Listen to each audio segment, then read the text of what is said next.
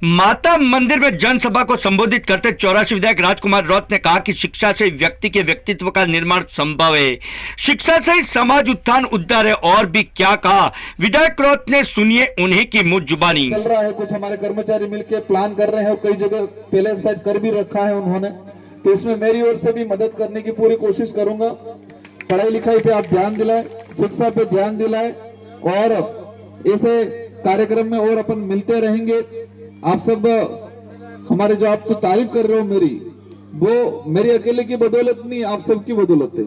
मैं जीत के जाता हूँ विधानसभा में। जब शुरुआत में गया मैंने देखा 200 विधायक हत्या करते कम उम्र नो, मेरे को भी डर लगा हत्या मोटा मोटा जाड़ा जाड़ा तो समस्या उठाएगा, मार उठाएगा।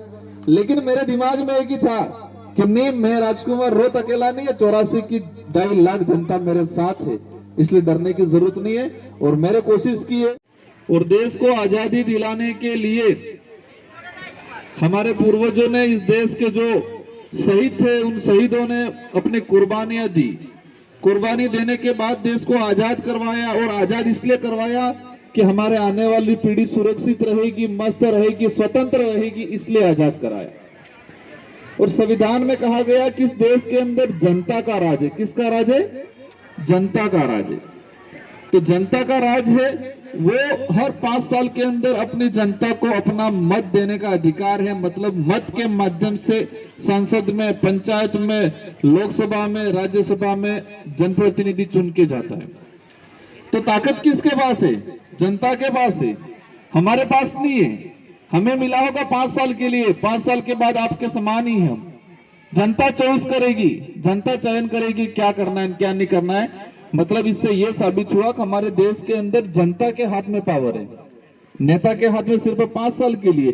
और जनता तो 18 साल की होती है, 18 साल से लगा के लास्ट डेथ नहीं होती। मान सम्मान दिया आप सबने, जो मेरे लिए जो बातें कही और जो मान सम्मान दिया, उसके लिए आप सबको बहुत बहुत धन्यवाद चले। तो इसी के साथ हमारे संचालक महोदय, ये शिक्षा विभाग से सेवानिवृत्त, मुझे लगा कि ये अनुभव जो था शिक्षा विभाग का, कि शिक्षा विभाग में किस तरह मैनेजमेंट करते हैं, किस तरह संचालन करते हैं, कैसे बातें करते हैं, बच्चों के सामने कैसे बातें करते हैं, बड़ों के सामने कैसे बातें करते हैं, वो सारा का सारा अनुभव आज यहाँ देखने मिला।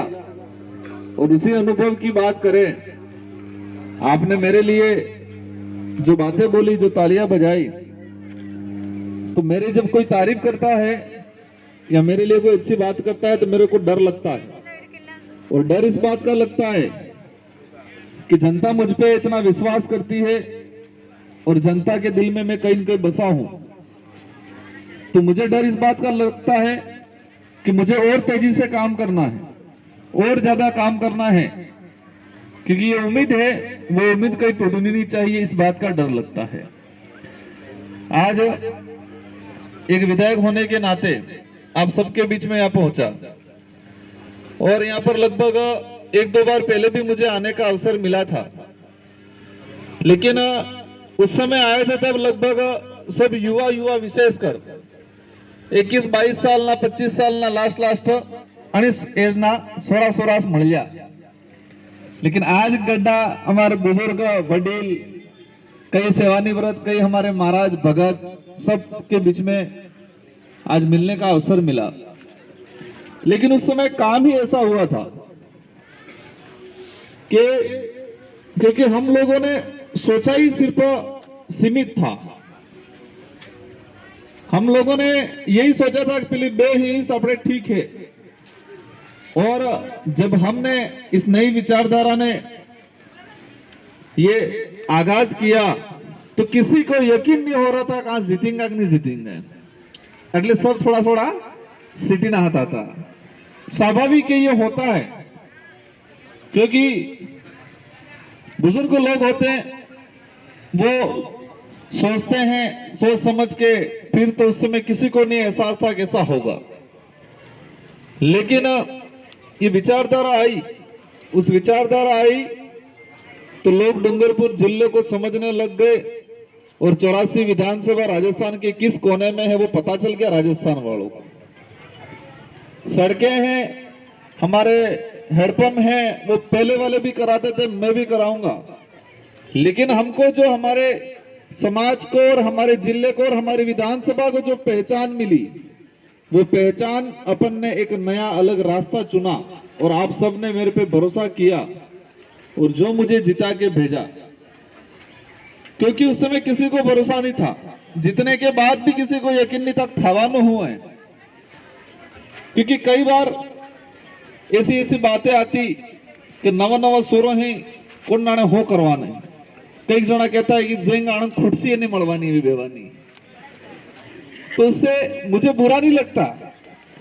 मुझे ये मेरे दिमाग में ये चीज आती है कि हमारा समाज कितना भोला है, कितना सीधा है कि कोई कुछ भी कह लेता है और उस पर विश्वास कर लेते हैं। संविधान है, ये देश संविधान के आधार पर चलता है और संविधान ने ये कहा है और देश को आजादी दिलाने के लिए हमारे पूर्वजों ने इस देश के जो शहीद थे उन शहीदों ने अपनी कुर्बानियां दी। कुर्बानी देने के बाद देश को आजाद करवाया और आजाद इसलिए करवाया कि हमारे आने वाली पीढ़ी सुरक्षित रहेगी, मस्त रहेगी, स्वतंत्र रहेगी, इसलिए आजाद कराया।